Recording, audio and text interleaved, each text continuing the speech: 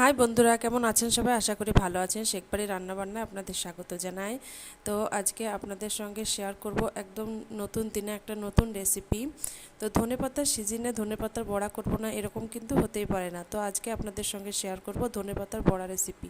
তো কীভাবে করব সেটা দেখার জন্য ভিডিওটি প্রথম থেকে শেষ পর্যন্ত দেখতে থাকুন। আর ভালো লাগলে অবশ্যই চ্যানেলটিকে সাবস্ক্রাইব করে বেল আইকনটি প্রেস করে রাখুন। তো চলুন রেসিপিটি শুরু করি।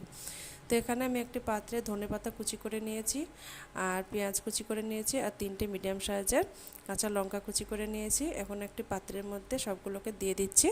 ধনেপাতা, মিডিয়াম সাইজের পেঁয়াজ কুচি আর 3টে মিডিয়াম সাইজের কাঁচা লঙ্কা কুচি এখানে দিয়ে দিলাম।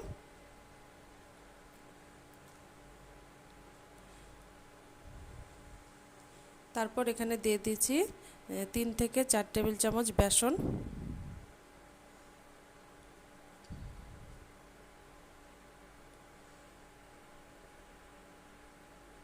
তারপর দিচ্ছি স্বাদ মতো লবণ,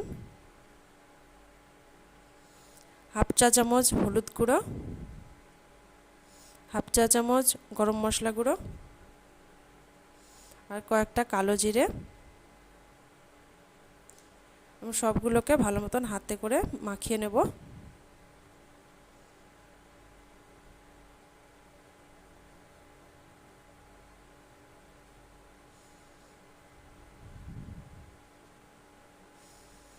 তো ভালো করে হাতে করে মাখিয়ে নিয়েছি। এবার এটা রেডি হয়ে গেছে, এখন ভেজে নেব।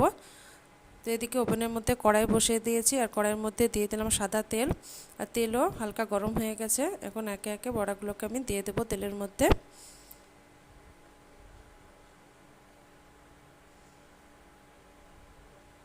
আর বড়াগুলো ভাজার সময় কিন্তু তেলটা মিডিয়াম টু লো আঁচে রাখতে হবে, যাতে ভেতর থেকে ভালো মতন ভাজা হয়।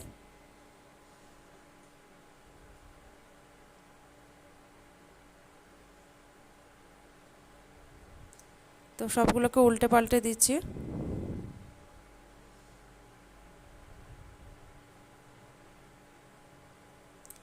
তো মিডিয়াম টু লো আঁচে রেখে কিন্তু উল্টে পাল্টে আমি সব বড়াগুলোকে এরকম লাল লাল করে ভেজে নিয়েছি। এখন উঠিয়ে নিচ্ছি, উঠিয়ে নিয়ে একটা প্লেটে পরিবেশন করে আপনাদেরকে দেখাচ্ছি। এই যে দেখুন, একটা ভেঙে দেখিয়ে দিচ্ছি ভেতর থেকেও কতটা সুন্দর ভাজা হয়েছে। আর খেতে তো অসম্ভব মজার। চায়ের সঙ্গে আপনারা খেতে পারেন, অথবা বাচ্চাদেরকে সসের সঙ্গেও পরিবেশন করতে পারেন। বাচ্চারা কিন্তু একদম খুশি হয়ে যাবে। তো ভালো লাগলে অবশ্যই কমেন্ট করে জানাবেন, সাথে লাইক করবেন, আর চ্যানেলটিকে সাবস্ক্রাইব করবেন, আর বেশি বেশি করে রান্নাটাকে শেয়ার করবেন। আজকের মতন বিদায় নিচ্ছি। দেখা হবে পরবর্তী ভিডিওতে নতুন রেসিপি নিয়ে। সবাই ভালো থাকবেন, সুস্থ থাকবেন।